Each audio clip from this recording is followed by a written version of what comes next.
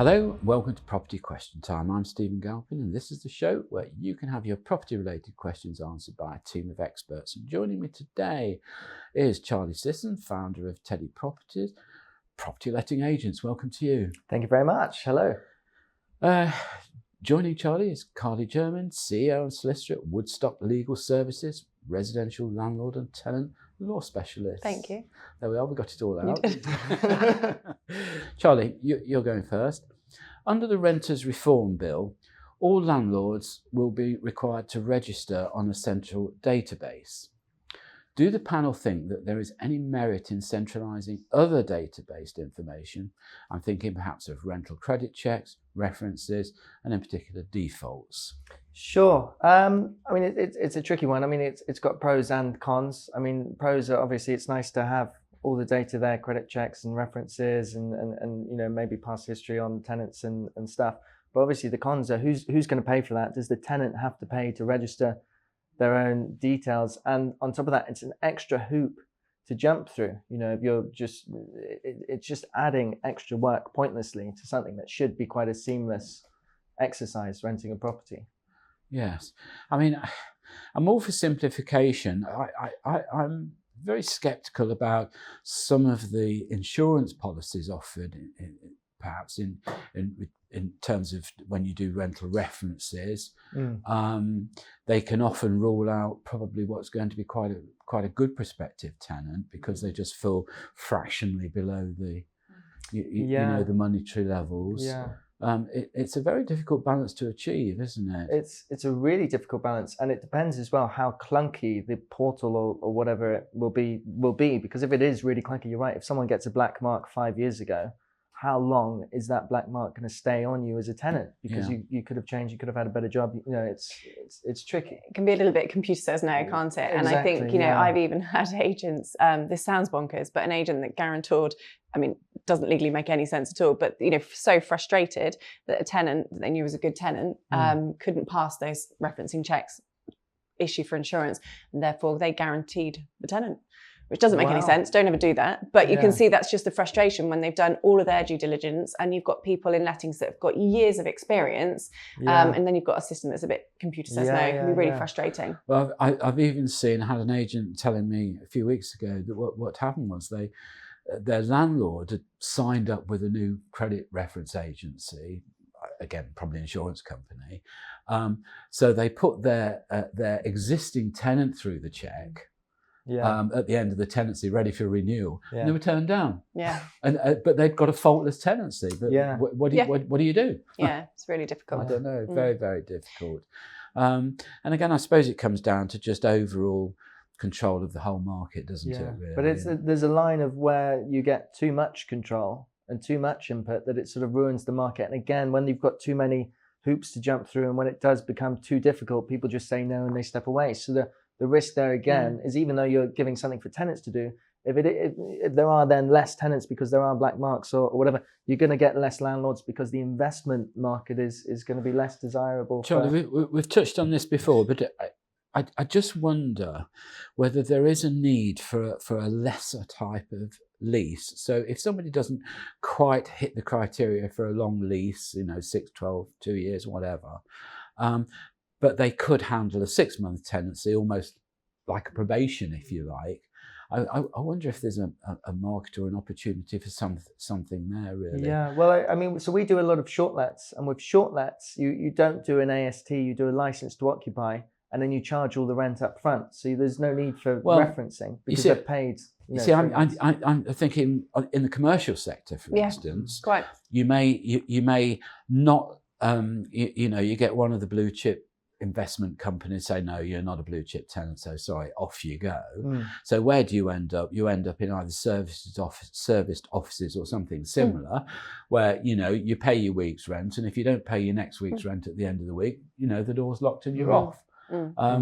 You almost need something like that as a stepping stone, don't you? Could be useful. I think you could have it where, because you're talking about commercial sector where you have fully repairing leases, etc. So you could have, you know, your short-term lets where you go and everything's done for you. You know, you don't have to think about it. You know, even cleaning, service, everything. To, you know, your normal tenancies that we're currently working on with the reforms now, to perhaps even longer tenancies, where actually the tenant has more obligations to keep the property, not the bricks and mortar, but the basics up and running, for in return reduced rent and less obligations placed on the landlord, and they can leave that investment for a long time. Well, it's like a leaseholder in a way, exactly, isn't it? Yeah. So you're sort of almost bridging all of those gaps, but then that becomes very complicated, and it's very complicated because you can get a situation where a tenancy may start as a short-term let, that it moves to become actually an AST through not documentation, but actually because of how it actually exists.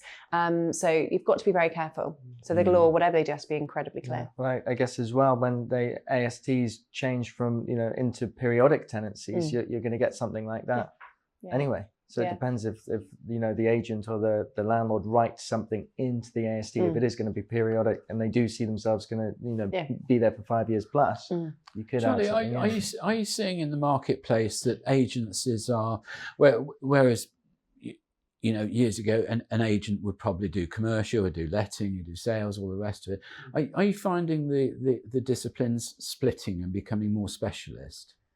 I would say so, yes. I mean, you obviously have, the big corporates that cover everything, but there's so many independents now. And if you do look at, Rightmove and you see who's got market share, you'll see that some of the big names actually only have 5% each or 10% each. And then all these little independents will have a couple of, 1-2% market share. So I think a lot of the independents will specialize in sales only or rentals only or short lets only or just commercial only. Because that's the way the lending market's gone, for sure, hasn't it? We now have buy-to-let lenders, we have commercial lenders, sure.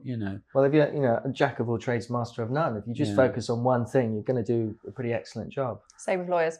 Right. Yeah. Well, on that note, Carly, to combat the problem of unfit rental properties, do the panel think that the obligatory registration of landlords suggested in the rental reform bill could be combined with property inspections by the local authority to ensure acceptable standards before that person is allowed to let and be a landlord? Yeah, I think practically that's not achievable with the amount of funding that the local authority have got. There's a huge amount of investment that's needed anyway for them to be able to enforce the current regime. So I don't think that's practically possible. And I think it's worth remembering that there's a lot of tools at hand for a tenant to deal with landlords that are not keeping the property in a good state of repair. And actually we're seeing a huge increase in no fee solicitors, probably deciding that personal injury is not as attractive as it used to be, and actually housing disrepair claims are. Yes. So landlords have to tackle these quite regularly. I'd like to see I'm not against landlords and databases and making sure everything's neat and tidy and organised. That's the lawyer in me, because if a claim comes against a landlord and they've registered their inventory, for example, and all of their documents are all in order, I mean, wouldn't that be lovely? Because I can at least say to a tenant and to a court, everything's in order. And the one thing I would say to landlords is, because, in the main I act for landlords, I very rarely act for tenants, and I can understand where some tenants are coming from and housing disrepair claims, but we do get a lot that are fortuitous, that are trying to deal with, a response to huge rent arrears. So the natural thing is to say, well, actually, I don't believe I should be paying all of those rent arrears because actually the property wasn't in a good state of repair, and start picking away. The important thing for landlords to do is to make sure that if they get a complaint, that they respond to it, they document their response and their efforts to get the property back into a good state of repair. They have issues of access, which happens so regularly. Tenants will complain, and then a landlord can't physically get in there to remedy that complaint, that they're documenting all of their efforts to gain access, so that we can always prove to a court or a solicitor, we're coming with a letter of claim that the landlord has complied with their obligations. Properties will fall into disrepair, it happens, but it's about you complying with your obligations, dealing with any complaints, making sure you regularly inspect so that you're on top of this thing, and making sure you're protecting your asset as well. So you're going in regularly inspecting so that you can see if a tenant's not looking after the property properly. Things like mold, can you get in there early and see when the problem might be starting, and how you can address that? Is that tenant use? Is there a problem with the property? Is it a bit of both? Just getting in there, regularly inspecting, not just setting up a tenancy, expecting it to sit there and not having to do anything. I like the idea of centralized databases, so you can just have a one-stop shop to get all your information. But I look back to COVID, when we had the COVID app, and how many £billion we spent on that, and nobody ever even got to use it, did they? I mean, it's really quite difficult. And as we've talked about before, Carly, these local authorities just don't have the manpower, the funds to do all these things. I mean, it's all right saying that, you know, the landlords are going to have to just register. That's going to be a massive task in itself. Yeah. Policing that is going to be really, really tricky. I suspect that the legislation will say that agents have to regulate it by saying we can't take you on unless you can show I think the regulation at the moment says they get a fine if they market or advertise the property without registering. Right. So they're going to have to register. Yeah. Yeah, well, it's the way we're going to go, I'm afraid, isn't it? Okay, well, on that subject, do either of you have any real fears about this registration, that it won't be enforceable?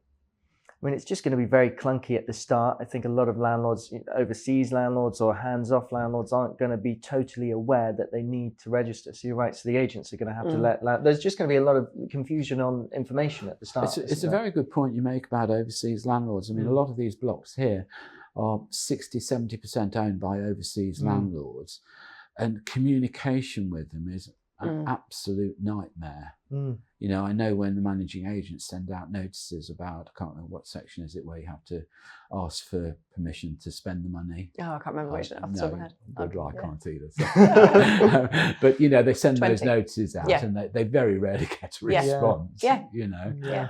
So it's actually going to be quite difficult to enforce, isn't it? All right, well, that's all we've got time for in part 1 of our programme. Join me again for part 2, when I'll be asking Charlie and Carly more of your questions.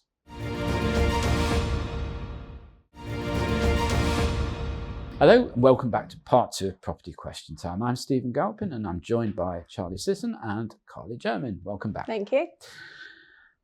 Charlie. Yes. If under the government's new rental legislation, my tenant's AST converts into a periodic tenancy, is there any time limit at all on how long that new type of tenancy may run for? No. So that a periodic tenancy will just last until it's cancelled by either party with 2 months' notice. So the tenant can give you 2 months' notice and vacate, but you as the landlord would have to. There's only certain reasons that you can give notice: if you're moving back in, or if you're selling.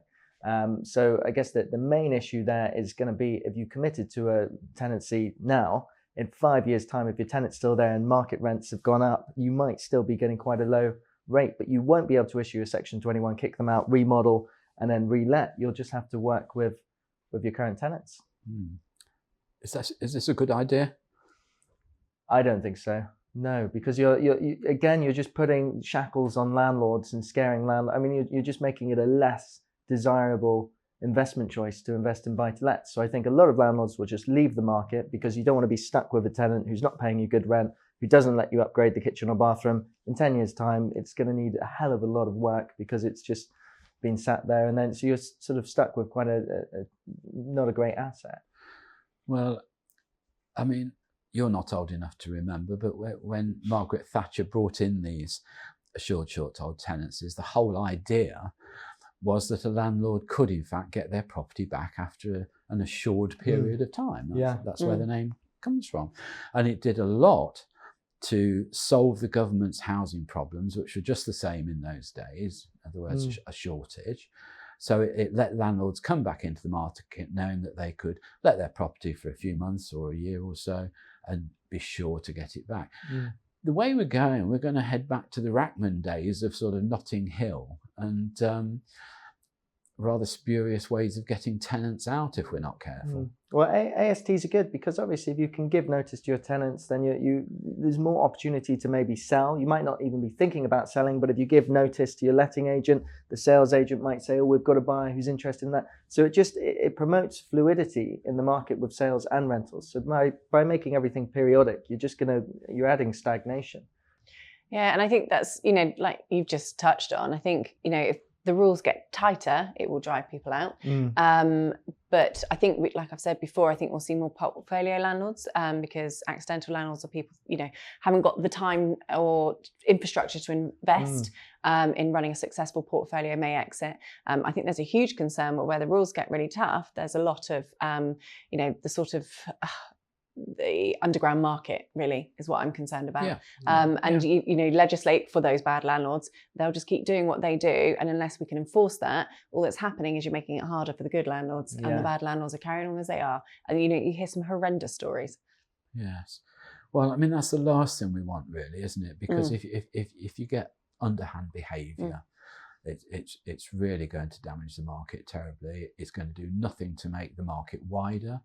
It's going to do nothing to add stock to the market and just make life for, in particular, young people very, very difficult. I just wish we could come up with some sort of really good solutions. But every time I hear about government legislation coming in, I just think I'm really not sure that you grasp the ground issues of what's going on. It's a little bit like at one time, well, I suppose it's like the government when they told us to all buy diesel cars about 6 years ago and then suddenly changed their mind. This split ownership, you rent half of your flat and you buy half of it. Well, that's all very well as long as you realise you've got to find somebody else who wants to buy half a flat when you want to sell it. Well, a lot of people who buy those sell them on at a loss, so you actually lose equity or lose all your equity to get out. So and you lose that fluidity, don't you? Because actually, for like people just want to get their foot on the market, but life might change, and I think there's talked about this before as well. There's a huge focus on home ownership, but actually there's a completely different generation that aren't as focused on home ownership. And why would they be? It's and actually I saw some really interesting figures the other day, and someone had actually broken down the cost of renting versus the cost of buying. But actually, your outlay initially, stamp duty, land tax, your maintenance on the property, renting didn't look that unattractive, really. Given that there's quite a high bar for landlords to achieve, really the quality of the property. So it's quite interesting. I mean, a lot of young people do ask us here at Property TV, well, should we buy? Is it the right time to buy? And my answer is, well, tell me why you want to buy. The profit motive seems to have gone, or be a lesser consideration, let's put it that way. Because at one time you used to think, well, if I buy property, I'm going to make money automatically. I think people have learned their lesson through various, is it crisis or crisis? I don't know. But they've learned their lesson that you can lose money on property. But that profit motive seems to have gone, and it just seems to be a parental thing that they're being encouraged to buy and almost pushed into buying. I'm not sure they should. I think you've got to look at what's best at the time in the market. It's very situational, isn't it? It depends who the potential buyer is and what they're doing and where they're living and where they're going in the next few years. And of course, at one time, I used to get told off by my dad for changing jobs and things, but work is not so secure as it used to be. If you worked for a big company years ago, you'd be with that company perhaps for life. Therefore your location would be perhaps for life. Nowadays we're much more fluid, and, I couldn't agree more. I think we just have to change our attitude and just be alive to it all. But I do worry that when government makes legislation, that it doesn't take into account that fluidity that's needed. I do feel like they're starting, when you listen to what they're saying, they're starting to give more recognition to the importance of the private rental sector in a multifaceted, housing supply. So they are starting to, I feel, but with these reforms, they've caused a lot of instability with landlords. So there's a lot to be done to reassure landlords that this is a good market to invest in, and that it works for tenants and for landlords, and it's a huge task. Yes, and again, the information that the government gets. I mean, I don't want to knock the particular organisation, but Charlie will know the organisation I'm talking about. They go to that organisation of surveyors to get certain information about the marketplace. Well, actually, that surveyors industry is not actually on the pulse of the market very often. It's only the top firms that use people who are qualified with that organisation. The smaller firms, they're much more street traders. They're they're on the ground level, trading, dealing in property every single day, dealing with tenants and buyers and sellers every day. So I think we've got still so much to learn to get it right. Okay, well, better move on. Carly, I have read that under the letting regulations, all landlords will be required to register on a central database. Given what we saw of the government-run COVID databases and apps, do the experts really think this will be practical, possible, or indeed enforceable? I think that answers itself. I think it's a huge task.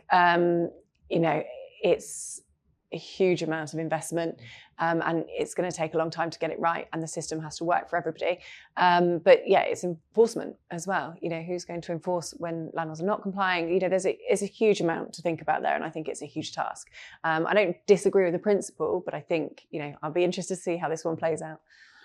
You see, again, at the top end of the market, I can see that the bigger firms that are really up to speed with their software and have really good intuitive software going, that it's going to be relatively easy. And my guess is that's where the government's looking and saying, well, you just incorporate the new software and it goes on. It's at the ground level market that I think all these things.